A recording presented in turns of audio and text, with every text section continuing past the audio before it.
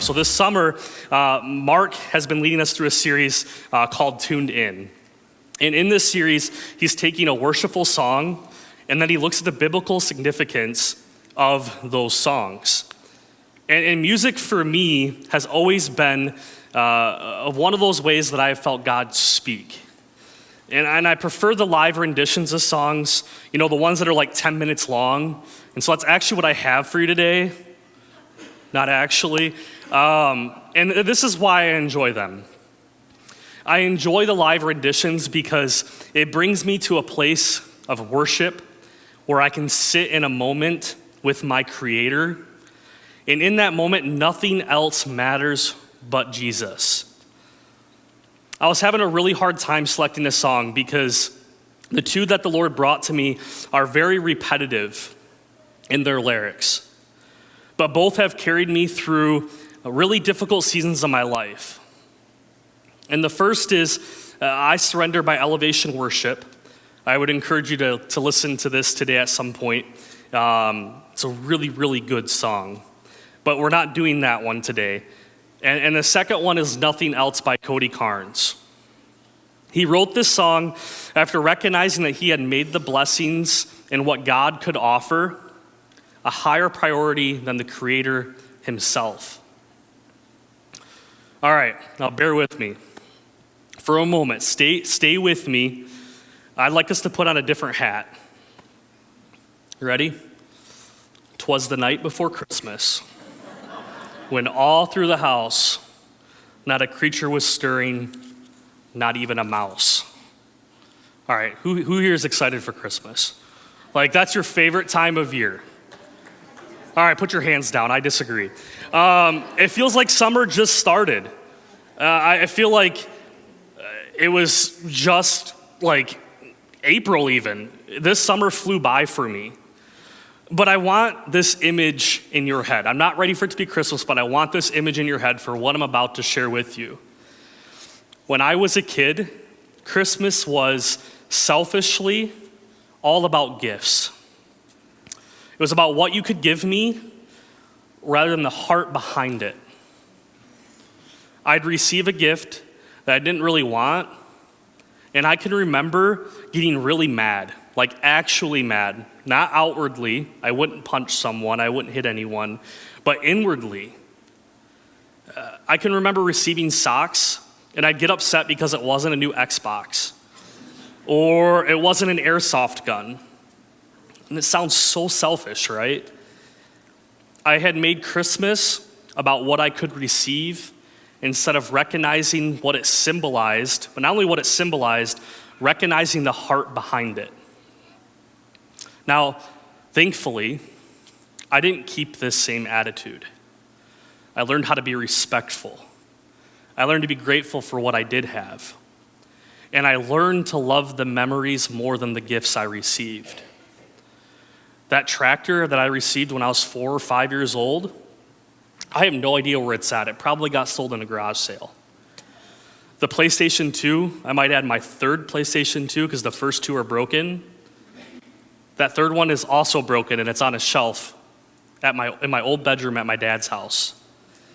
But you want to know what has stayed with me? The people behind those gifts.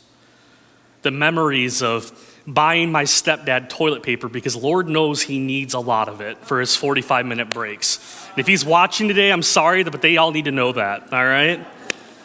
The memories of throwing wrapping paper at my siblings. And, every year somebody new being the person who collects all that wrapping paper. And there was a lot of wrapping paper.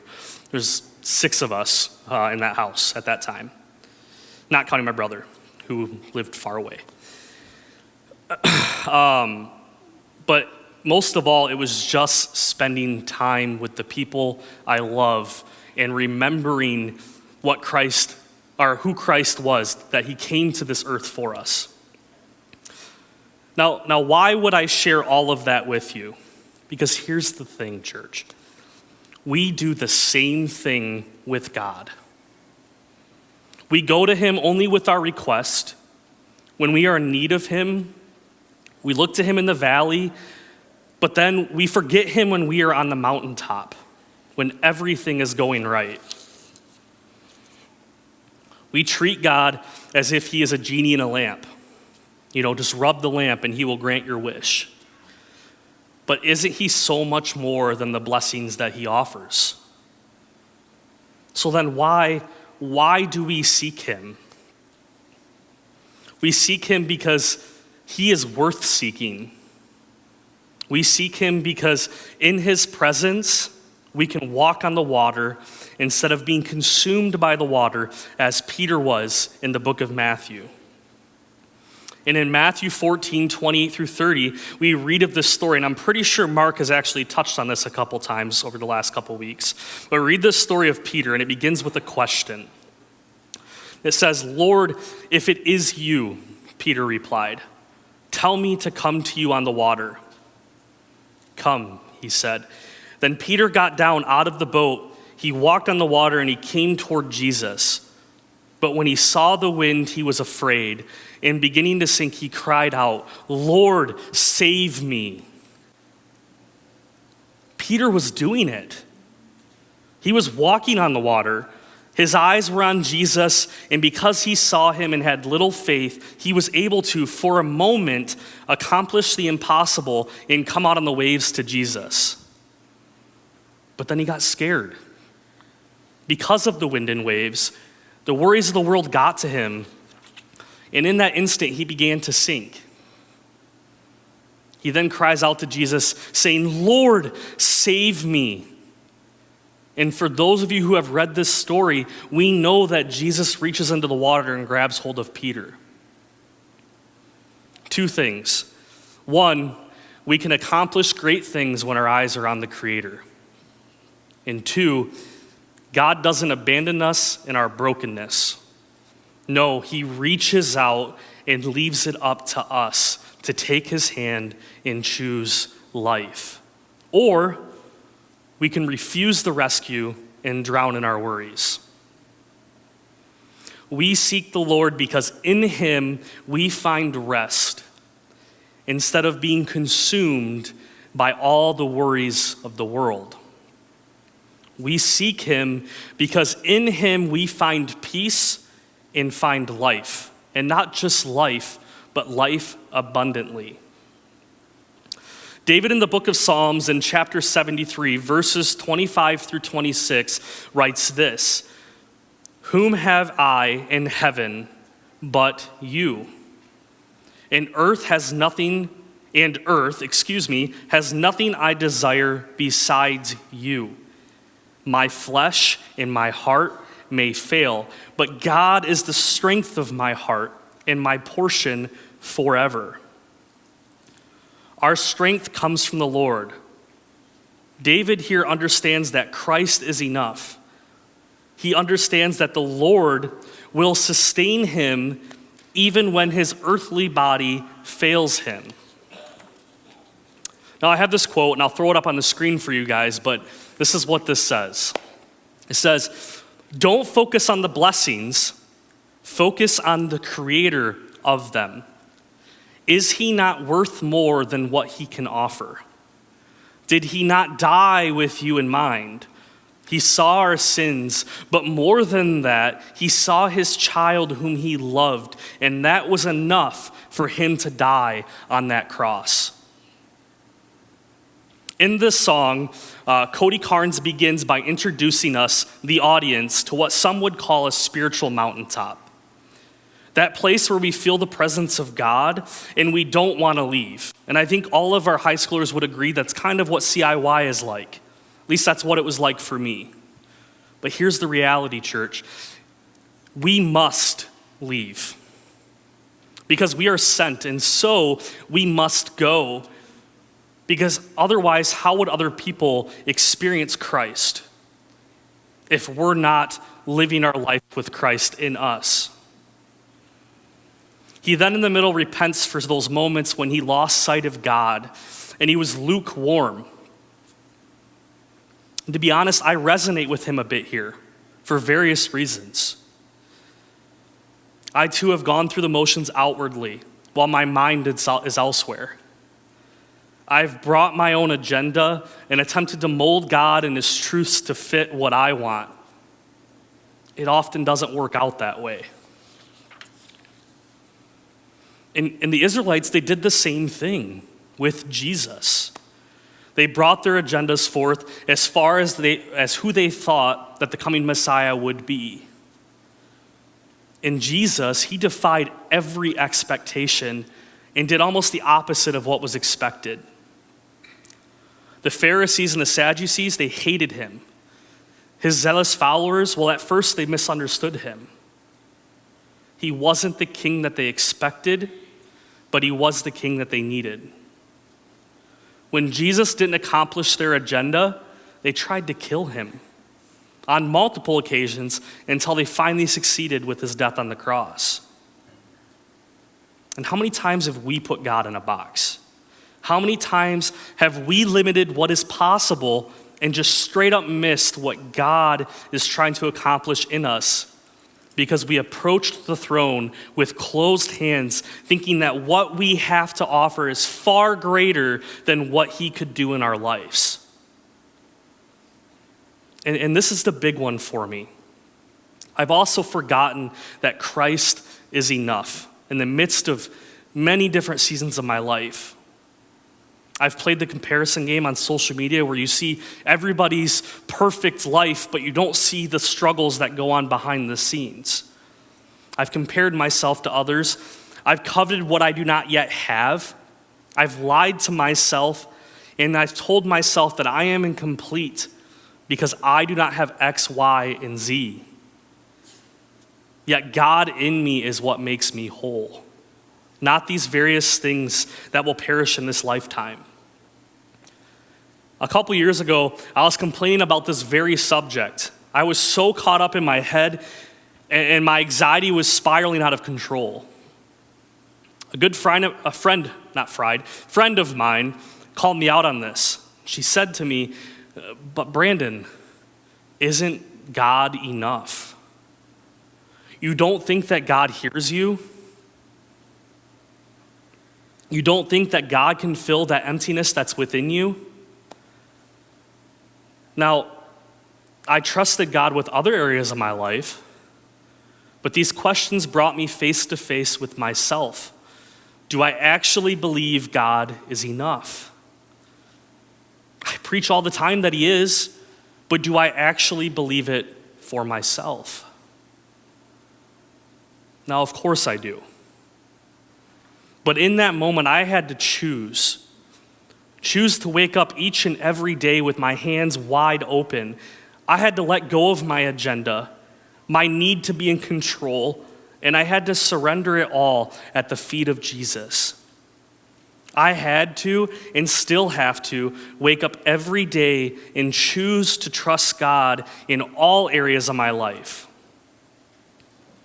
I must offer my body, as Romans 12:1 says, as a living sacrifice to God each day and worship him with my whole being and trust God in that he is good and knows what he is doing.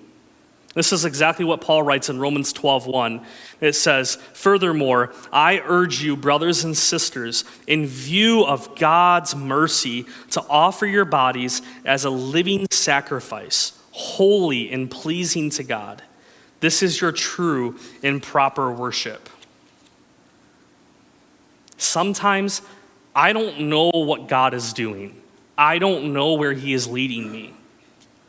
But I must step and trust that even though I cannot see, that I am in service to a God who knows what he is doing.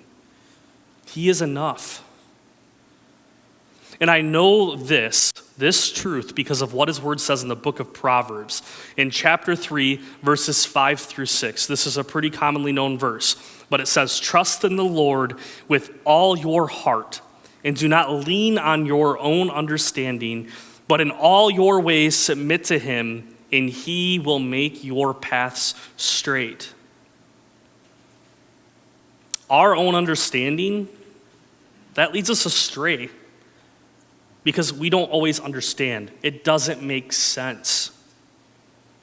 But faith tells us that if we submit and trust God, that he and only him will set our paths straight. It is because of this reason that we can step without fully knowing that Jesus or what Jesus is doing in our life. It is for this reason that Jesus is enough in our life, even when it doesn't make sense. So, church, let me ask you this question. Is God enough for you? At the end of the song, Cody proclaims that God is enough over and over again. He then states that he is coming back to where his relationship with God began. When was that moment for you? Are you newer to the faith? Are you still unsure about this whole God thing? Or are you one who has been walking faithfully with God for many, many years? Let's go back to that moment where it all began for you. The moment your relationship with the Father started. And I want you guys to ask yourself a couple questions. How did it feel?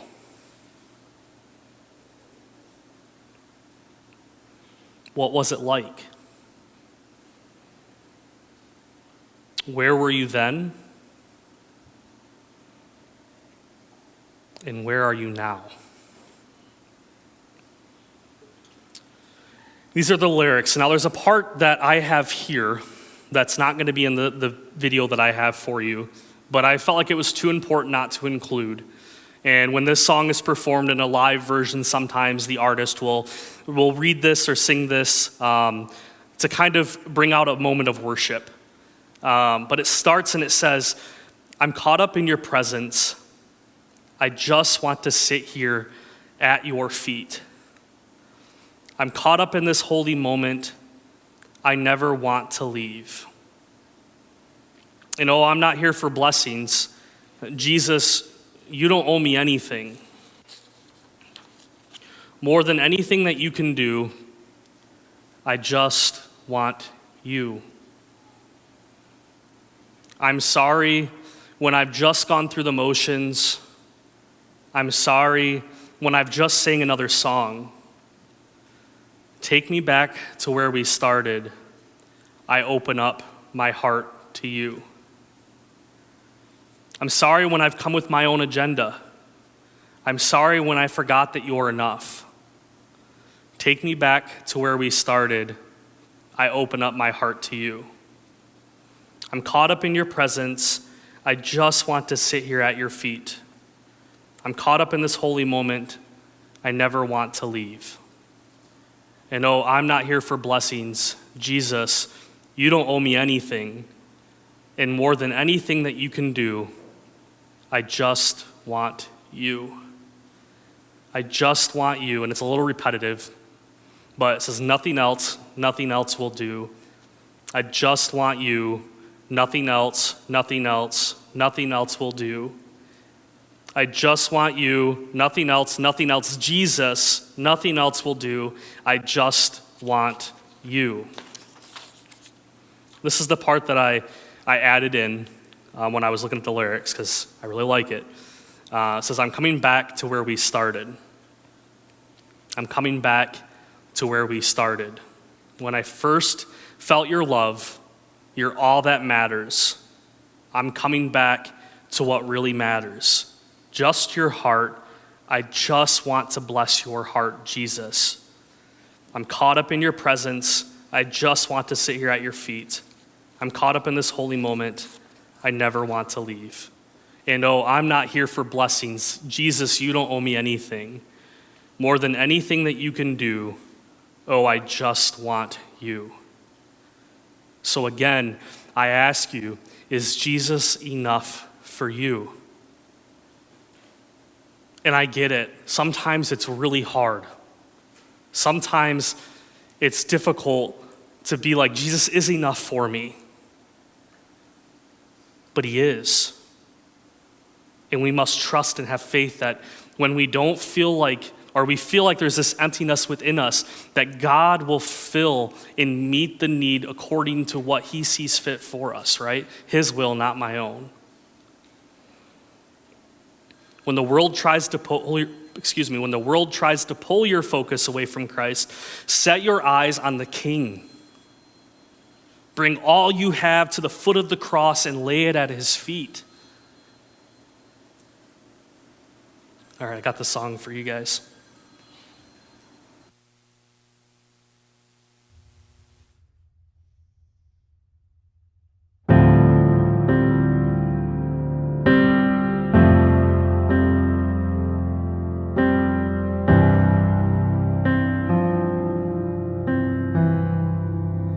Caught up in your presence,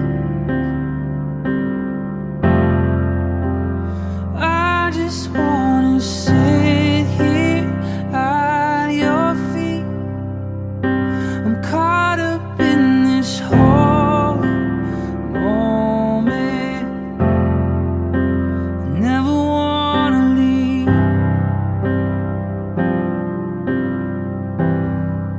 Oh, for blessing,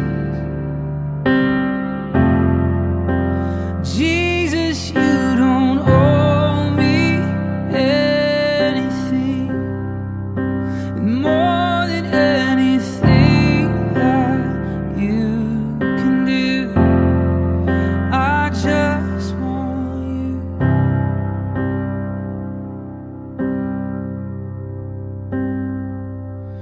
I'm sorry when I've just gone through the motions. I'm sorry when I just sang another song. Take me back to where we started. I open up my heart to you.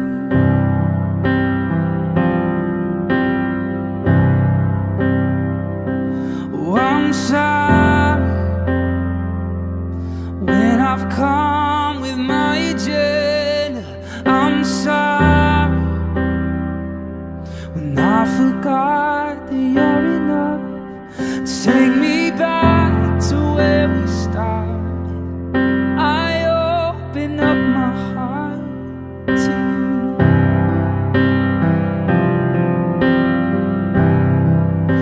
I'm caught up in your presence, I just wanna sit here at your feet. I'm caught up in this whole moment, I never wanna leave.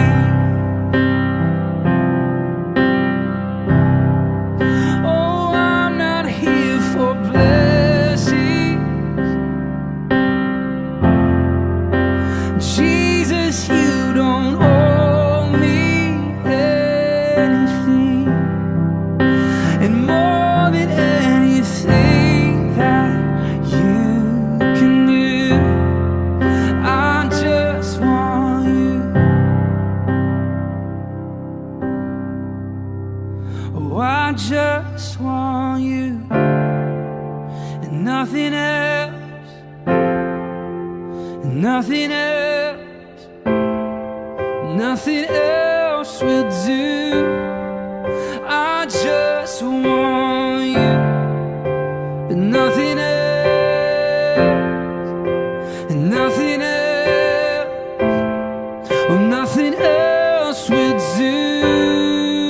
I just want you, and nothing else,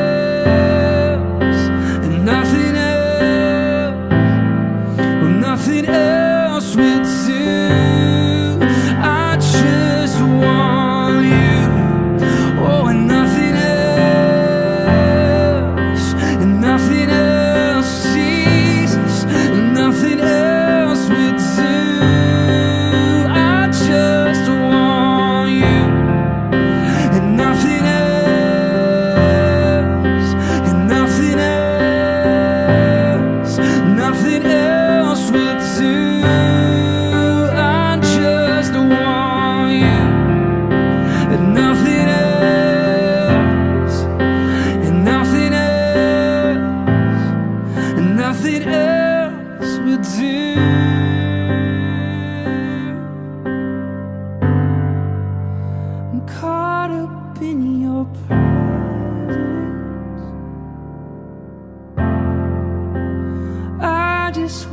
wanna sit here at your feet. I'm caught up in this whole moment. I never wanna leave.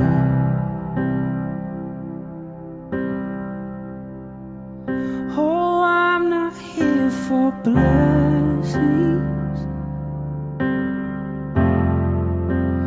Jesus, you don't owe me anything. And more than anything that you can do, I just want you.